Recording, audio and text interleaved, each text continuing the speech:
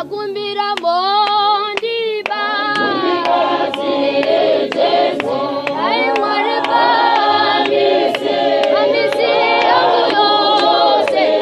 dambudziko kana richinge rawira umwe wedu idambudziko ratatiwira tese semhuri yezimbabwe.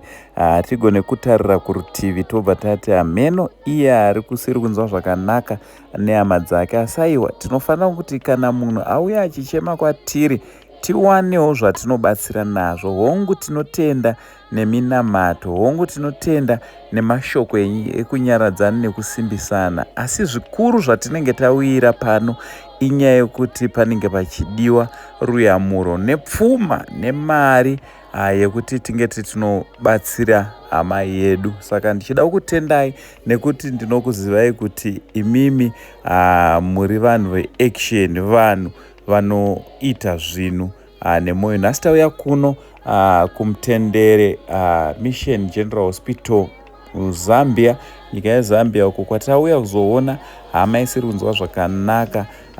Muchinda uyu akaita tsaona mushure mekunge akwirawo transport achibva kwakanga achibva achienda kuChirundo, akatadza kusvika motikari yayo ikabva yaita tsaona. Saka imuchigarai pasi munatsoteerera nyaya iri panapa, towana nzira dzekubetserana nadzo dzatingaite.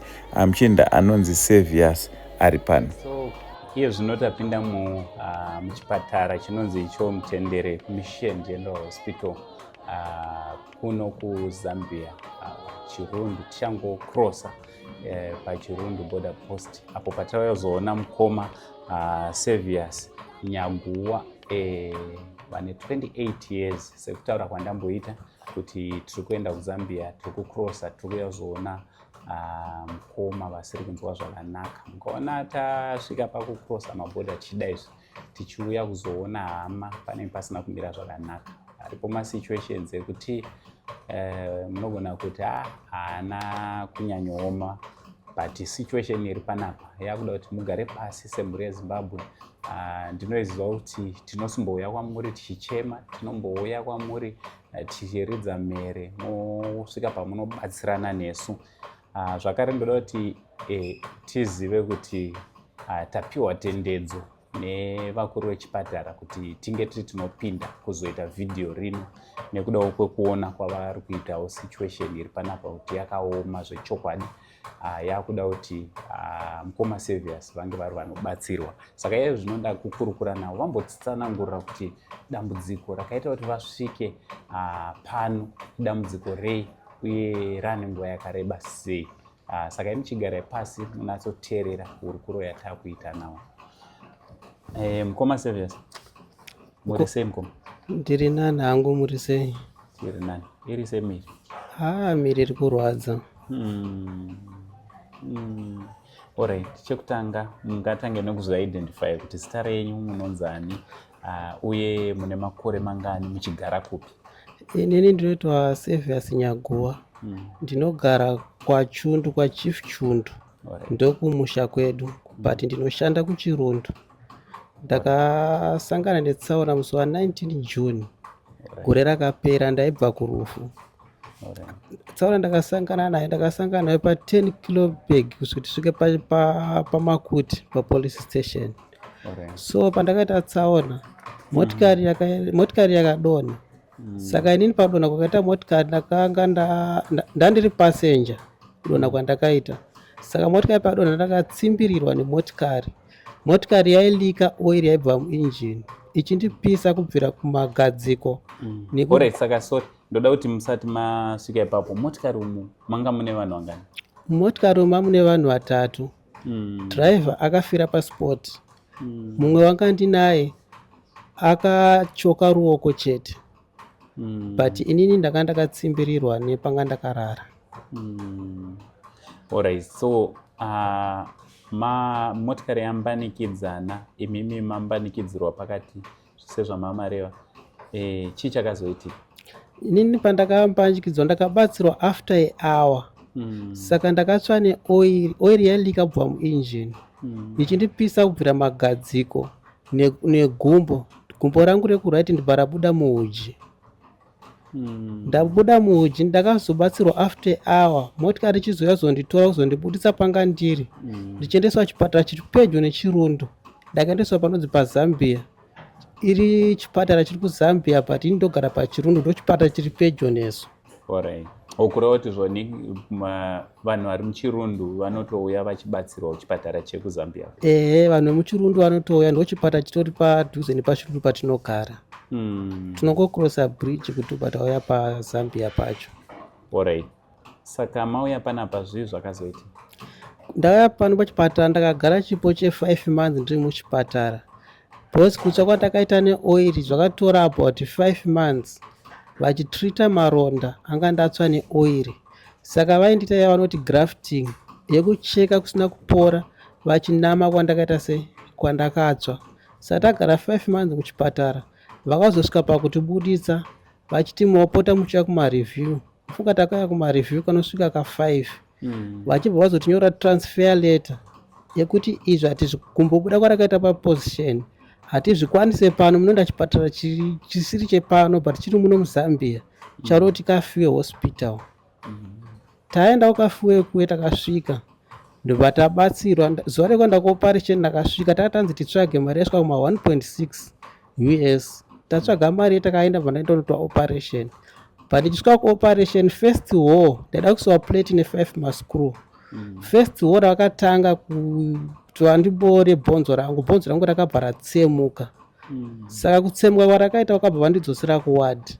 Mangwana kuseni dhokota achiuya akabva yabva kuti mukomana uyu akakanganiswa, chaifanira kutanga kuitwa apa ioperation wozotrita maronda.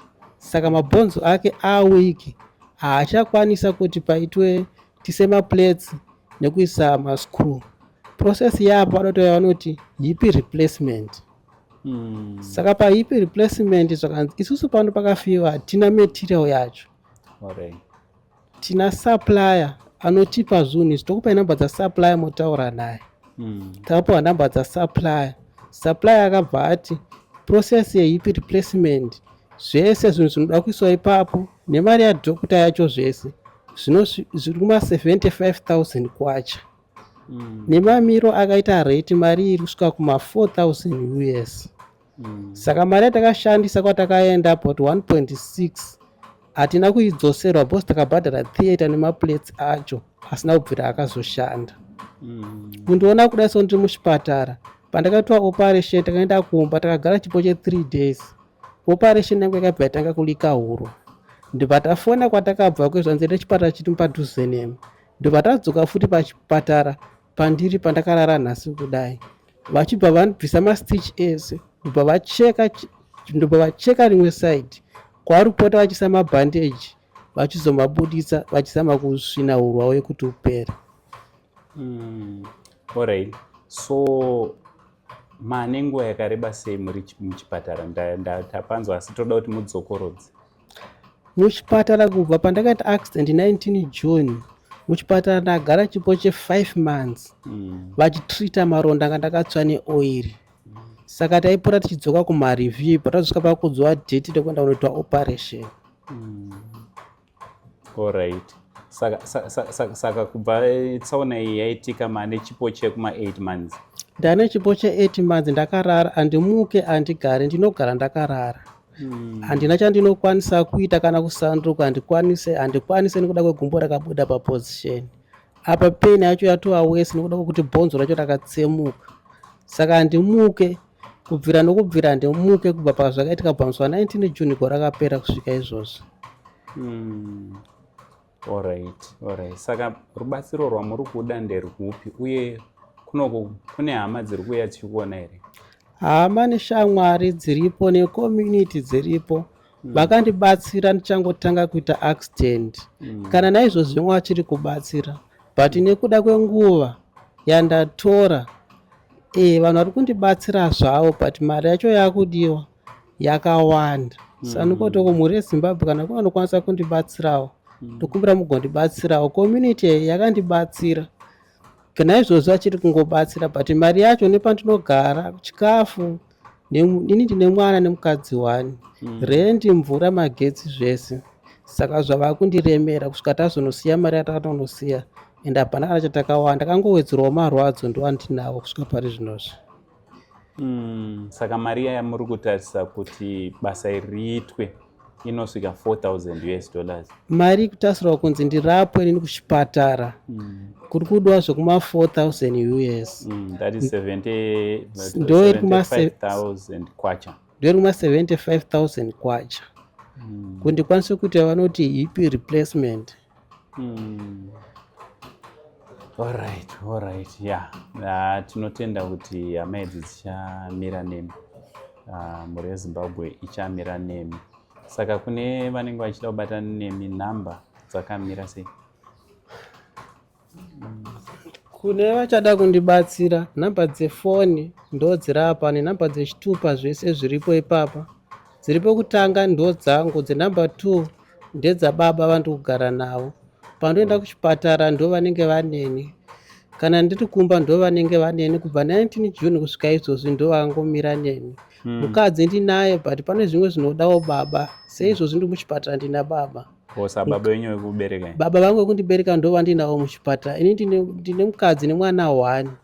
Saka mwana wacho achiri mudiki, saka akabva ati regai ndiwe chikubatsira mwana kubva June vanobvira vadzokera kumba kusvika izvozvi. Vakangomirawo neni, kana kumunda havana kana kuenda kunorima, kana kuti titi vangandibatsire nemari kubva June kusvika izvozvi vanobvira vadzokera kumba, vangomirawo neni. Baba vangu hapana kwavanoshanda, ndifamawo kuti munhu vanozvirimirawo, havana kwavanoshanda, havana basa kwavanoshanda. Aiwa, tinotenda kuti mhuri yeZimbabwe ichamira nemi panguva dzakadai.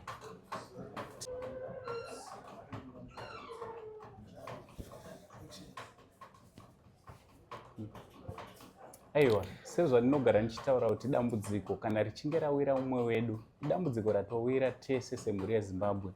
Ndakutokumbirawo kune vese vanokwanisa kubatsira hama iyi. Situation iri panapa, maronda acho haasi kutarisika, ndochokwadi, zvakatooma zviri panapa. Hama neshamwari vakambobatsira vakabuditsa mari yakawandisa pakuzama kuti angari anogadzirwa pekutanga. Iye zvino pachisina mari iripo, saka ndauyawo kuti tizochema nehama.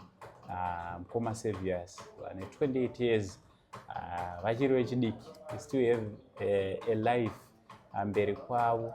Saka kana tikasvika patinovabatsira, tavadzorera upenyu hwavo back, taita kuti mhuri yavo inge iri inofara zvakare, mudzimai nemwana vawane muchengeti. Takutokumbira anenge akwanisa kubvisawo $10, akwanisa kubvisa 20, akwanisa kubvisawo akwanisa 100, even $1,000. Ngatichiitei kuti mukoma vange vari vanobatsirwa. Ndo dambudziko ratawira kuno kuZambia, kwatauya kuzoona mukoma Saviors vakaita tsaona musi wa 19 June 2025, nanhasi vachiri vakarara vachirwadziwa vari muchipatara. Ngati vangwetiri tinowana zvatingaita kuti hama yedu inge rinoita zvakanaka. Zita rangu chinzi Uncle Saint, Adeolizim Uncle. For now, it's much love and God bless you.